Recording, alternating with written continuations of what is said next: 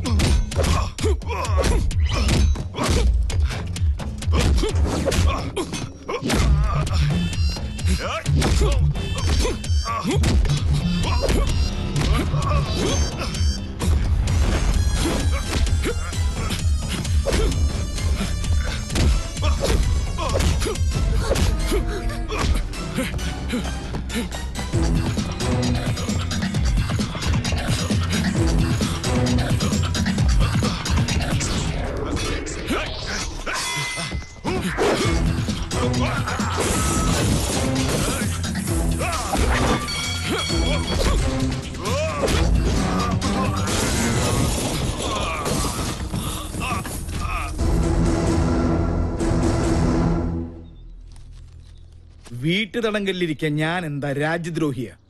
ഗാർഹിക പീഡനത്തിന് കേസ് കൊടുക്കാൻ അറിയാഞ്ഞിട്ടല്ല. ഇതെന്താ സ്വപ്ന? ഇത്രയും നാൾ ഒളിച്ചും മോഷ്ടിച്ചും കുടിച്ചതല്ലേ, ഇന്ന് അന്തസ്സോടെ ഒരെണ്ണം വീശാട്ടെ. വല്യമ്മ, എന്താ മോളെ? പെഗിന്റെ അളവ് കറക്റ്റ് ആണോ ഒന്ന് നോക്കി.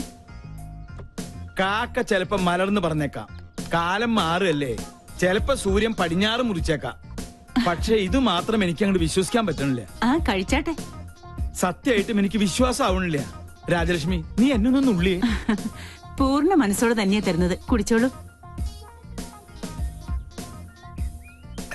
ഉള്ളത് പറയാലോ, ഇപ്പഴാ നീ എന്റെ മരുമോളായത്. കുടുംബത്തിൽ ഒരു നേവിക്കാരനായ മരുമോൻ വന്ന് കേറുമ്പോ വല്ലപ്പോഴും കമ്പനി കൊടുക്കാൻ ഇങ്ങനെ ഒരു കാരണവര് വേണമല്ലോ.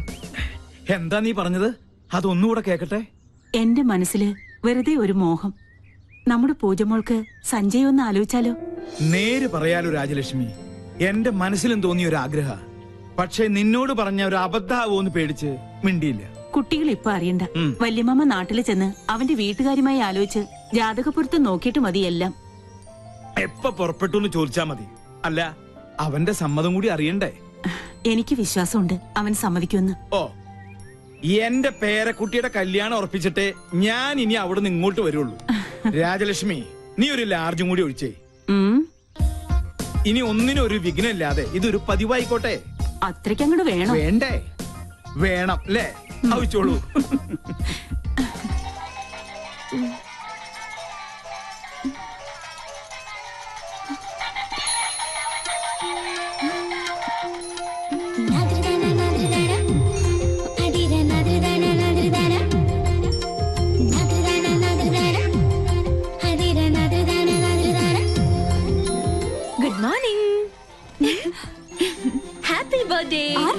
എന്റെ വാവാച്ചിയുടെ.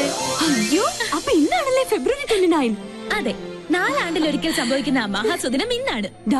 നീ ഓർത്തില്ലായിരുന്നെങ്കിൽ ഞാൻ മിസ് ചെയ്തേനെ. നാട്ടിൽ നിന്ന് വെളുപ്പിനെ തന്നെ മുത്തച്ഛൻ വിളിച്ച് ഓർമ്മിപ്പിച്ചു. അമ്മ ഇന്നലെ തന്നെ കേക്കിന് ഓർഡർ ചെയ്തു. ഡ്യൂട്ടി കഴിഞ്ഞ് എത്തിയാലുടൻ പാർട്ടി ക്ലബില്.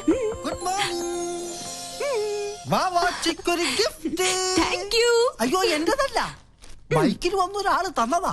ഹെൽമെറ്റും ജാക്കറ്റും ഒക്കെ ഇട്ടിരുന്നോണ്ട് മുഖം മനസ്സിലായില്ല. അയ്യോ, സൂക്ഷിക്കണേ, ബോംബോ മറ്റോ ആണെങ്കിലോ. ഹായ്, ലിപ്സ്റ്റിക് കൊള്ളാം. സിഗരറ്റോ?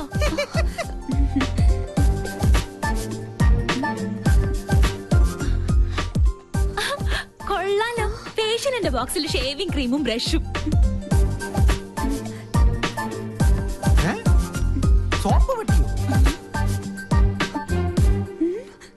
നോക്കട്ടെ. ഹായ് മീശ, ഇത് വീട് മാറിപ്പോയതാ. നല്ല കള്ളരിപ്പ മീശ, കുഞ്ഞിന് ചേരിപ്പ. ഇത് മനഃപൂർവ്വം തന്നതാ എന്നെ ഇൻസൾട്ട് ചെയ്യാൻ. ഞാൻ പോലും അറിയാത്ത എന്റെ ബർത്ത്ഡേ ഇത്ര കൃത്യമായി ഓർത്തിരിക്കണമെങ്കിൽ ഇത് അവൻ തന്നെയാ, ആ തെണ്ടി. Okay, Sanjay. See you tomorrow. Bye-bye. Bye. Hi, Sanjay. Sir. Relax. എടാ കഴുതേ, നിന്നെ തന്നെയാണ് തെണ്ടി. നൈസ്. ഇങ്ങോട്ട് പാട ഡാഷേ. वो लड़की कौन? She's my best friend. ഓ. എടാ കഴുതേ, തെണ്ടി, മര്യാദക്ക് ഇങ്ങോട്ട് വരണതാ നല്ലത്. टेंडी कल दे. इसका मतलब क्या है? That means you are looking good, indulgent and so on. Oh, thank you. എടാ പട്ടി, What pati? She says you are looking handsome. അതല്ലടാ മരപ്പട്ടി. Marapati? You look more handsome in the white dress. कौन मैं? ഇത് എന്റെ വക ആപ്പ്. Come. ആ പട്ടിക മാമനുണ്ട്. Thank you. I'm Tendi Patti Kalde Marapati. Thanks for your compliment. Shall we? Oh yes, carry on. Thank you. വാടി പൂത്തങ്കേരി. ഇങ്ങോട്ട് വാടി. ഒരുമാതിരി ചന്ത കൾച്ചറായിട്ട് വന്നാണ്ടല്ലോ. ആ സർദാർജിക്ക് മലയാളം അറിയാത്ത എന്റെ ഭാഗ്യം. നിന്നെ നാട്ടിക്കാൻ തന്നെ ഞാൻ വന്നിരിക്കുന്നത്. കിട്ടി നിന്റെ ഗിഫ്റ്റ്. ഇടി നിനക്ക് അർഹതപ്പെട്ടത് തന്നെയാ സമ്മാനിച്ചത്. ജന്മം കൊണ്ടെങ്കിലും ഒരു പെണ്ണല്ലേ നീ. അല്പം അടക്കത്തിലും ഒതുക്കത്തിലൊക്കെ നടന്നാലെന്താ? എനിക്ക് ആരുടെ ഉപദേശം കേൾക്കണ്ട. ആരെന്നെ നട ആനച്ചന്തം എന്നൊക്കെ കേട്ടിട്ടുണ്ട്. ഇതൊരു മാതിരി. നല്ലൊരു ദിവസമായിട്ട് എന്നെ കൊണ്ട് പറയിപ്പിക്കല്ലേ. എടി നീ ചൂടാൻ വേണ്ടി പറഞ്ഞതല്ല. കുസൃതിയും കുശുമും കൂടപ്പുറപ്പാണെങ്കിലും എന്റെ ആ പഴയ കളിക്കൂട്ടുകാരിയെ ജീവിതത്തിൽ ഒരു നിമിഷമെങ്കിലും പെണ്ണായിട്ട് കാണണമെന്നൊരു ചെറിയ ആഗ്രഹമുള്ളതുകൊണ്ട്. അയ്യടാ ഒലിപ്പിക്കല്ലേ. സത്യടി, നീലക്കുറിഞ്ഞി പൂവിനെ പോലെ ആഘോഷിക്കാൻ വിധിക്കപ്പെട്ട നിന്റെ പിറന്നാൾ ദിനത്തില് മനസ്സറിഞ്ഞ് ഞാനൊരു സമ്മാനം പ്രത്യേകം തരുന്നുണ്ട്. തരട്ടെ. ഡോർ ഓർക്കട്ടെ.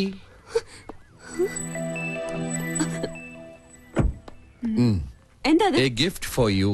വീണ്ടും എന്നെ പറ്റിക്കാനാ? നീ വീട്ടിൽ ചെന്ന് സമാധാനമായിട്ട് തുറന്നു നോക്ക്. മോശമായിട്ട് എന്തെങ്കിലും ഇതിൽ കണ്ട പിന്നെ ലൈഫിൽ നീ എന്നോട് മിണ്ടണ്ട. Many many happy returns of the day. Thank you. ഒരു ഗിഫ്റ്റ്.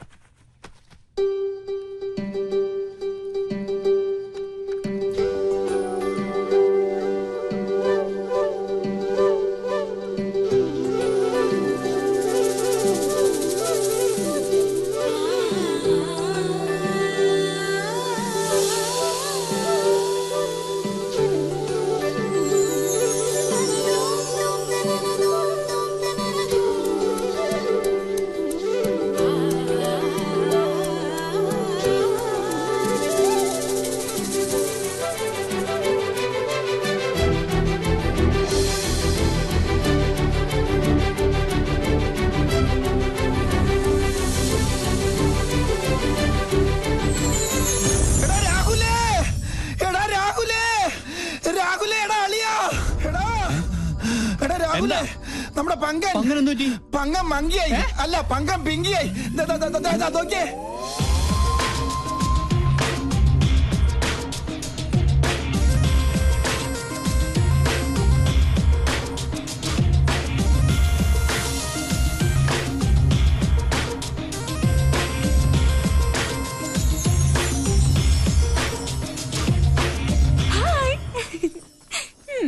എങ്ങനെയുണ്ട് എന്റെ ഫാഷൻ ഷോ? ഇതൊരു റിഹേഴ്സലാ. ശരിക്കുള്ള ഷോ വരണേ ഉള്ളൂ. ബൈ. ഒരു ശസ്ത്രക്രിയ പോലും ഇല്ല. നമ്മുടെ പങ്കം പിങ്കിയായി. എന്താണ് എന്റെ ബയോളജിക്കൽ സീക്രട്ട്? എന്നാ പറ. ഞാൻ പറഞ്ഞുതരാടാ തെണ്ടി. ഈ മുതൽ ഇവിടെ ഉണ്ടാവില്ല. എനിക്ക് ഒരു സീക്രട്ടും അറിയണ്ടേ. അച്ഛാ വേണ്ട. കൊണ്ട് തിരിച്ചറിയരുത്.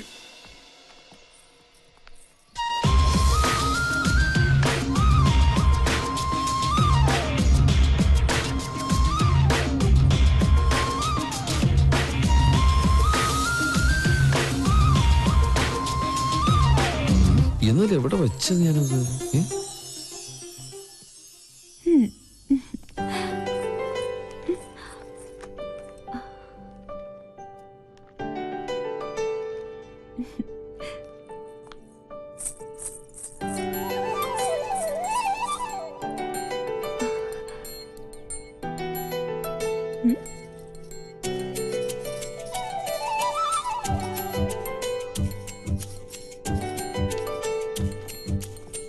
നീ എപ്പോ വന്നു?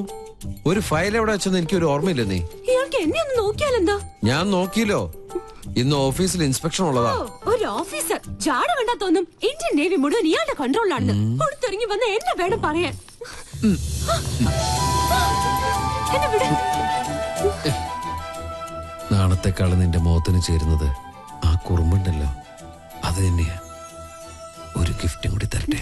കൊഞ്ചല്ലേ?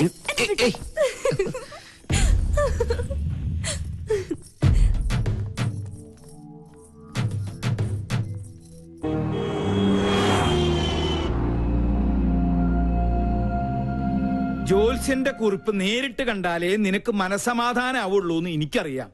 10 പൊരുത്ത. എത്ര കാത്തിരുന്ന അവൾക്ക് ഇങ്ങനെ ഒരു യോഗം ഒത്തുകിട്ടിയത്. നമ്മളെക്കാളും സന്തോഷത്തിലാണ് അവന്റെ വീട്ടുകാര്. നമ്മുടെ തറവാട്ടിൽ പന്തലിട്ട് കേമുമായിട്ട് തന്നെ നടത്തണം. എന്റെ ഒരു ആഗ്രഹ. തീയതി പെട്ടെന്ന് നിശ്ചയിച്ച പോയി വിളിക്കാനും എഴുത്തയക്കാനും ഒക്കെ ഒരു സൗകര്യമായിരുന്നു. പിന്നെ അറിയിച്ചില്ല, നേരാമണ്ണം വിളിച്ചില്ല എന്ന പരാതി ആരുടെ ഭാഗത്തുനിന്നും ഉണ്ടാവാൻ പാടില്ല. സത്യം പറയാലോ, ഇപ്പോഴാ ഞാൻ നിന്നിലൊരു അമ്മയെ കാണുന്നത്. ഈ ഒരു മുഹൂർത്തത്തിന് വേണ്ടി അത്രയ്ക്കേറെ ഞാൻ പ്രാർത്ഥിച്ചിട്ടുണ്ട്. ഇനി എല്ലാം ഈശ്വരന്മാര് കാത്തോളൂ.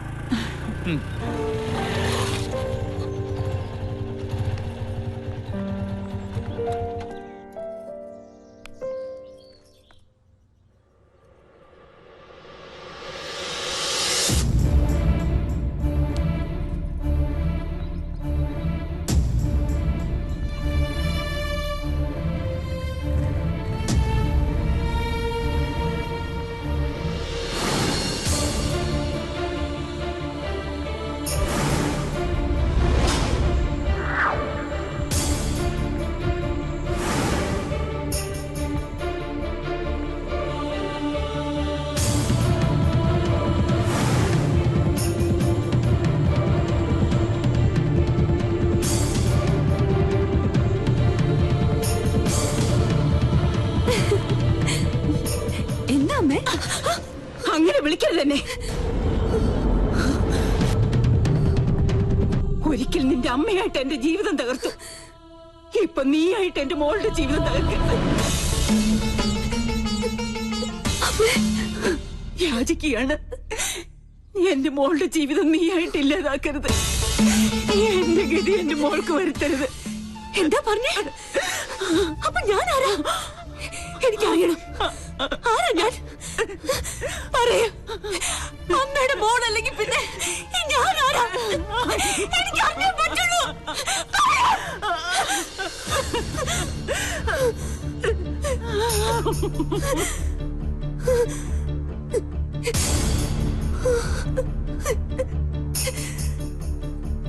മോളെ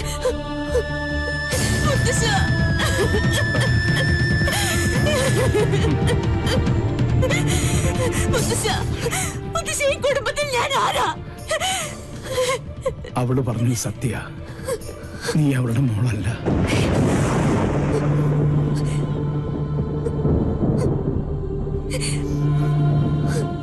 എന്നെങ്കിലും നീ അറിഞ്ഞിരിക്കേണ്ട ഒരു സത്യം മനഃപൂർവ്വം നിന്നിൽ നിന്ന് മൂടി വെക്കുകയായിരുന്നു. നിന്റെ അച്ഛനു വേണ്ടി, എന്റെ മോനു വേണ്ടി, അവളുടെ ഭർത്താവിന് വേണ്ടി. അന്ന് നിന്റെ അച്ഛൻ പൂനെയിലായിരുന്നു, രാജലക്ഷ്മി ഡൽഹിയിൽ.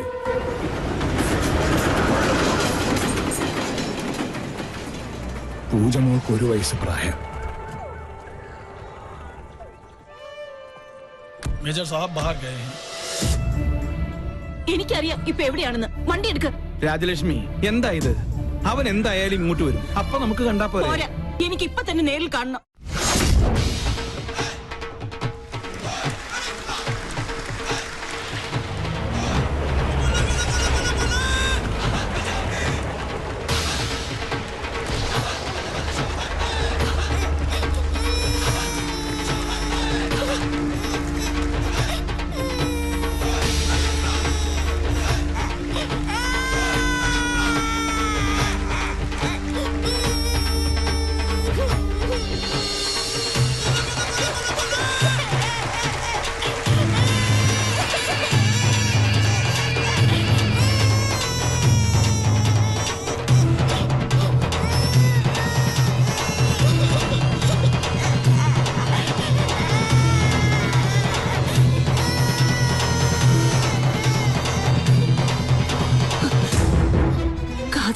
പലതും കേട്ടു. സ്വന്തം ഭർത്താവിന്റെ രഹസ്യബന്ധം നേരിൽ കണ്ടു തന്നെ വിശ്വസിക്കണമെന്ന് തോന്നി. തൃപ്തിയായി. വേണ്ട, ഈ നിമിഷം മുതൽ നമ്മൾ തമ്മിലുള്ള എല്ലാ ബന്ധവും തീർന്നു. പക്ഷെ എന്നെയും എന്റെ മോളെയും വഞ്ചിച്ച് നിങ്ങളെ സുഖമായി ജീവിക്കാൻ ഞാൻ അനുവദിക്കില്ല. ഞങ്ങളുടെ ശവം കൂടി നിങ്ങൾ കാണേണ്ടി വരും. അതെ, ദൈവ സത്യമായിട്ട് ഞാൻ പറയാ, ആ കടുങ്കൈ ഞാൻ ചെയ്യും. എന്തിനാടാ ആ പാവത്തിനോട് ഈ ദ്രോഹം ചെയ്തത്? അച്ഛാ വേണ്ട, അവള് പറഞ്ഞതുപോലെ ഈ നിമിഷം മുതൽ എനിക്ക് ഇങ്ങനൊരു മകനില്ല. वो औरत तुम्हारी पत्नी है क्या? यूं तुम दोनों ने मिलकर उस बेचारी को धोखा दे दिया। क्या तुम पहले से ये बात जानती हो? बोलो, कहो। मैं जानती थी। उस औरत के आंसू एक बच्चे को भी श्रापित कर देगा। तुमने हमारे कुल का नाम मिट्टी में मिला दिया।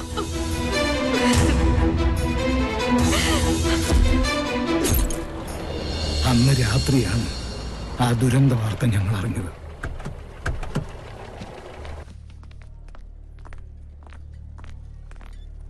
നിന്റെ അമ്മയുടെ ജഡമായിരുന്നു പിന്നീട് ഞങ്ങൾ കണ്ടത്.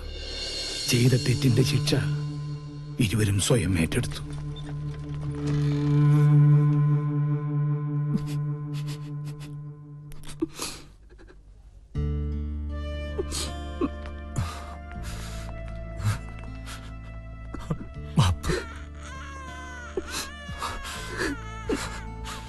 എന്റെ മോളെ വളർത്തും, ഒന്നും അവളെ അറിയിക്കരുത്.